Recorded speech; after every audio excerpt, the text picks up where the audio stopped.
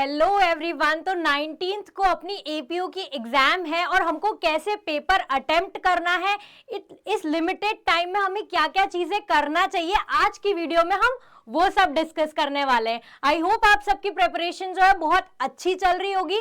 आपने जो भी एक्ट्स है वो अच्छे से पढ़ लिए होंगे और अब हमें बिल्कुल स्ट्रेस नहीं लेना है। जो हमने पढ़ लिया उस पर कॉन्फिडेंस रखना है और अब क्या क्या करना है आज हम इस वीडियो में डिस्कस करने वाले हैं। ठीक है, तो ये वीडियो जो है वो 2 फोल्ड्स में होगा।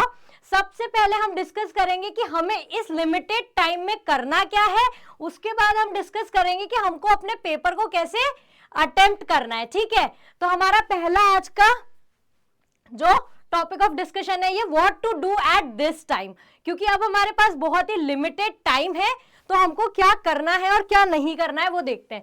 सबसे पहले अब जो आपके पास टाइम है ना, उसके अंदर आपको इंडेक्स को रिवाइज करना है। आपके जितने भी एक्ट्स हैं उन सब की आपने अच्छे से स्टडी कर ली है अब। ठीक है, तो हमको इस लिमिटेड टाइम में जो इंडेक्स है उसको अच्छे से गो थ्रू करना है, क्योंकि जब आप इंडेक्स पढ़ रहे होते हैं तो आप ऑटोमेटिकली आपके दिमाग में आ जाता है कि इस सेक्शन के अंदर क्या लिखा हुआ है। जब आप इंडेक्स को गो थ्रू कर रहे होंगे तो आपको ये भी पता चल जाएगा कि अरे मुझे क्या याद नहीं आ रहा है। ठीक है, तो आप उसको फटाफट से, अगर कुछ इंडेक्स देख के लग रहा है कि मुझे इसको रिवाइज करने की जरूरत है, तो ही डिटेल में उसको रिवाइज करना। बाकी आपको इंडेक्स पे फोकस करना है, इंडेक्स को अच्छे से रिवाइज करना है। ठीक है, दूसरी चीज है कि केसेस। और बहुत सारे बच्चे इस एंड मोमेंट पे केसेस की तलाश में है कि क्या क्या केसेस एग्जाम में आ सकते हैं। यहां से हमें ये डॉक्यूमेंट मिल गया, यहां से हमने ये कलेक्ट कर लिया, यहां से पीडीएफ मिल रही है, यहां से वीडियो मिल रही है। तो हमको केसेस के पीछे अब बिल्कुल नहीं पढ़ना है, क्योंकि 2-4 दिन के लिमिटेड टाइम पीरियड में आप कुछ ऐसे अलग से केसेस नहीं पढ़ लोगे जिससे आपका बिल्कुल एपीओ के एग्जाम क्लियर ही हो जाएगा या एग्जाम में आ ही जाएंगे। क्योंकि केसेस का जो प्रपोर्शन होता है एग्जाम में बहुत लिमिटेड होता है, बहुत लिमिटेड केसेस पूछे जाते हैं। ठीक है, तो हमको केसेस के लिए बिल्कुल भी स्ट्रेस जो है वो नहीं लेना है अब। ठीक है, जितना हमें आता है उसी पे हम कॉन्फिडेंस रखेंगे। ठीक है, तीसरी चीज है कोई भी नया कंटेंट हमें कंज्यूम नहीं करना है। जो हमारे पास ऑलरेडी है उसको रिवाइज करेंगे और उसी को हम प्रैक्टिस करेंगे।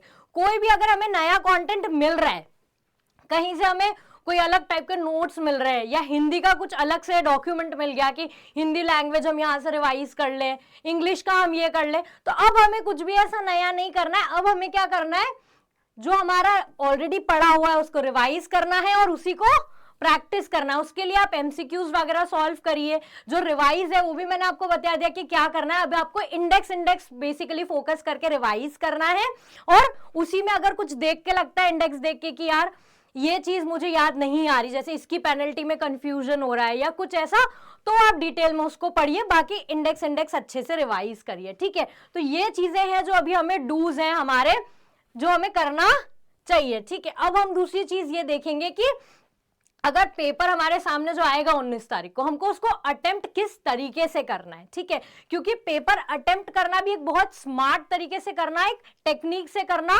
बहुत इंपॉर्टेंट है हमारे लिए, क्योंकि इस पेपर में क्या है कि नेगेटिव मार्किंग भी है। ठीक है, तो जहां पे नेगेटिव मार्किंग आ जाती है ना, वहां पे पेपर को जितना स्मार्टली तुम अटेम्प्ट करोगे उतना ही तुम्हारा स्कोर अच्छा होगा। ठीक है, क्योंकि हमारी नेगेटिव मार्किंग भी कितनी है, 1/3 है, विच इज बहुत ही ज्यादा है ये हमारी जो नेगेटिव मार्किंग है। तो हमको बहुत ही ठीक से अटेम्प्ट करना है। अब 3 तरीके के क्वेश्चंस हमको मिलेंगे। ठीक है, एक जिसमें हमको शॉर्ट पता होगा कि हाँ इसका आंसर क्या होने वाला है, जो हमने देखा हुआ होगा, या तो डायरेक्ट इंडेक्स बेस्ड है या फिर किसी प्रोविजन का भी है, तो हमें पता है, हमने पढ़ा हुआ है, वही है। ठीक है, तो एक ये टाइप के क्वेश्चन होंगे जो देख के लगेगा कि अरे ये तो शॉर्ट मुझे आता ही है। एक दूसरे टाइप के क्वेश्चन होते हैं जिसमें अपन को थोड़ा सा गेस कर सकते हैं अपन कि यार इन 2 में से कोई आंसर होगा, या सी तो बिल्कुल नहीं है, डी तो बिल्कुल नहीं है। ऐसे करके हम इंटेलिजेंट गेस कर सकते हैं, कॉमन सेंस से, या कोई चीज अपन को समझ आ रही है कि ये तो बिल्कुल भी नहीं होगा। इस तरीके से अगर हम इंटेलिजेंट गेस कर सकते हैं तो वो होते हैं दूसरे टाइप के क्वेश्चन जो हमें एग्जाम में देखने को मिलते हैं। तीसरे टाइप के क्वेश्चंस होते हैं जिन्हें हमें कोई भी आइडिया नहीं होता, हमने कुछ देखा ही नहीं होता उस जो भी क्वेश्चन पूछा उससे रिलेटेड चीज। तो ये 3 टाइप के क्वेश्चंस है। अब ये क्वेश्चंस जब आएंगे हमारे सामने तो हमको इनको अटेम्प्ट कैसे करना है। देखो, जैसे ही आपके सामने पेपर आ रहा है, आपको फटाफट से शुरू के 2-5 मिनट में उसको देख लेना है। 2 घंटे का अपने पास टाइम है।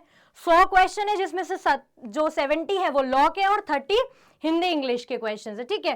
तो ये जो टाइप 1 क्वेश्चंस मैंने बताया कि जिसमें शॉर्ट अपन को पता होता है कि ये क्वेश्चंस मुझे आते हैं, उनमें अपन को बहुत टाइम वेस्ट नहीं करना है। बहुत सारे बच्चे क्या करते हैं कि पहले सारे क्वेश्चंस एक बार रीड कर लिए, फिर ये सोचते OMR में लास्ट में भरूंगा या भरूंगी, ठीक है। तो उस टेक्निक में क्या होता है कि लास्ट में टाइम ही नहीं बचता है और पैनिक क्रिएट हो जाता है और OMR में ही मिस्टेक कर देते हैं भरने में। ये बहुत बार होता है कैंडिडेट्स के साथ। तो हमको क्या करना है कि जैसे ही हमारा पेपर स्टार्ट हो रहा है, जो क्वेश्चंस हमको एक बार पढ़ा, लगा कि ये तो मुझे आता है, ठीक है, उसको एक और बार पढ़ो, उसी वक्त पढ़ लो, क्योंकि अभी पढ़ा हुआ है ना तो इजी है अपने लिए। एक बार और वहीं पे पढ़ लो, और अगर लग रहा है कि पक्का इसका आंसर ये होगा, श्योर शॉट है, तो OMR में फिल कर दो, ठीक है। तो फर्स्ट टाइप के क्वेश्चंस जो होते हैं वो अपन को हाथों हाथ ही OMR में फिल कर देना है। अब दो तरीके के क्वेश्चंस और बच गए, टाइप 2 और टाइप 3। कौन कौन से? जिसमें हम इंटेलिजेंट गेस कर सकते हैं और जिसका हमें कोई आइडिया ही नहीं है। अब जब तुमको शॉर्ट फिल करोगे तो तुमको मोटा मोटा आइडिया लग जाएगा कि जैसे मेरे 60 क्वेश्चन जो है वो बिल्कुल मेरे को अच्छे से आते हैं, या 50 क्वेश्चन मुझे अच्छे से आते हैं। तो ये जो टाइप 2 और टाइप 3 के क्वेश्चन है ना, ये एनालाइज करने के बाद अपन को अटेम्प्ट करना है कि मैं कितनी रिस्क ले सकता हूं या ले सकती हूं, कि अगर गलत भी हो गया तो मेरा स्कोर ठीक ठाक बैठ जाएगा, ठीक है। तो उस अकॉर्डिंग आपको पेपर अटेम्प्ट करना है। नो आइडिया वाले क्वेश्चंस तो अटेम्प्ट करना ही नहीं है अपन को, अनटिल एंड अनलेस आपको लग रहा है कि एनीवेज मेरा तो कुछ होने ही नहीं वाला है, या बहुत मतलब सिचुएशन ऐसी आ रही है, तो वरना हमको टाइप 3 पे जाना ही नहीं है। टाइप 2 वाले क्वेश्चंस अटेम्प्ट करना है जिसमें इंटेलिजेंट गैस है, और उसमें भी बहुत इंटेलिजेंट तरीके से गैस करना है अपन को, बहुत सही तरीके से गैस करना है, और सारे वो वाले क्वेश्चंस भी अटेम्प्ट नहीं करना है। मैं कह रही हूँ ना, एनालाइज करके करना है कि मेरे शॉर्ट कितने सही है, उस बेसिस पे फिर मैं गैस वाले क्वेश्चंस अटेम्प्ट करूंगी, ठीक है। तो ऐसे आपको देख लेना है जब आप पेपर भी करने जाओगे कि 3 टाइप के क्वेश्चंस है, मेरे को कौन से अटेम्प्ट करना है और कैसे करना है, ठीक है। अच्छा, एक और चीज का हमको ध्यान रखना है कि अब हमारे में ना एक और ऑप्शन आने लग गया है कि कोई अगर आप क्वेश्चन नहीं अटेम्प्ट कर रहे हो, ठीक है, तो आपको नॉट अटेम्प्ट वाला जो ऑप्शन है उसको सिलेक्ट करना है। और अगर आप 10% से ज्यादा ऐसे क्वेश्चंस में एरर कर देते हो कि आपने कुछ भी सिलेक्ट नहीं करा, तो आपकी जो है वो कॉपी इस एरर के बेसिस पे डिस्क्वालीफाई भी हो सकते हो। आरपीएससी की एग्जाम्स में ये रूल इंप्लीमेंट होता है, ठीक है। तो हमको इस चीज का भी ध्यान रखना है कि अगर हम अटेम्प्ट नहीं कर रहे हैं तो एटलीस्ट हम नॉट अटेम्प्टेड वाला ऑप्शन को जो है वो चूज कर ले। तो इस तरीके से आपको अपने पेपर को अटेम्प्ट करना है, बिल्कुल भी अब स्ट्रेस नहीं लेना है हमको, हम सब कुछ पढ़ चुके हैं, ठीक है। जो पढ़ा है उसी को बस अच्छे से रिवाइज करना है, तो हो जाएगा हमारा। और आपके रिवीजन को, आपकी प्रैक्टिस को और अच्छा बनाने के लिए लॉ प्रेप जुडिशरी आपके लिए लेके आ रहा है महा मैराथन, जिसमें 17th को लॉ प्रेप की सारी फैकल्टीज मिलके सुबह 10 बजे से शाम को 7 बजे तक आपके सारे एपीओ के जो सब्जेक्ट्स हैं उनका रिवीजन करवाएगी। लॉ का भी हम लोग रिवीजन करवाएंगे, इंग्लिश और हिंदी के लिए भी आपके पास स्पेशल फैकल्टीज है जो आपका वो पोर्शन कवर करेंगे। तो ये जुड़ना बिल्कुल ना भूले, इससे आपकी प्रैक्टिस जो है वो बहुत अच्छे से हो जाएगी, क्योंकि मिक्स्ड क्वेश्चंस है, तो आप चेक कर पाओगे कि मुझसे बन रहे हैं या नहीं, और कुछ पोर्शन अगर छूट रहा होगा तो आप पता कर पाओगे कि ये पोर्शन मुझे नहीं आता है, तो मैं फटाफट से इसको रिवाइज कर लूं, ठीक है। तो जुड़ना बिल्कुल ना भूले। थैंक यू सो मच, मिलते हैं नेक्स्ट वीडियो में।